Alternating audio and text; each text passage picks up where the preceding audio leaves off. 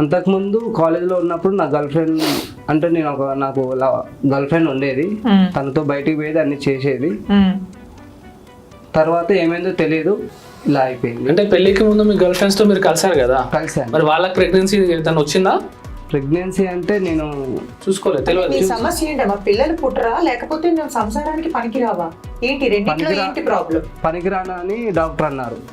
పనికిరాను అంటే మరి girl friend ఎలా తిరిగావు? అంటే పిల్లలు పుట్టరు అని డాక్టర్ చెప్పారు. ఓకే, అట్లా క్లియర్ గా చెప్పండి. ఓకే, డాక్టర్ అని అలా చెప్పారు. నేను మా భార్య చెప్పుకోలేకపోయాను. తర్వాత కొన్ని రోజుల కింద అతను మా భార్య ఇద్దరు రోడ్ మీద నుంచి వెళ్తుంటే నేను చూశాను. చూసి ఇద్దరిని ఫాలో అయ్యాను.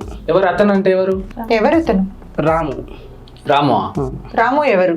రాము అంటే మా భార్య, మాకు మ్యారేజ్ కాకముందు వాళ్ళకి సంబంధం ఉందంట.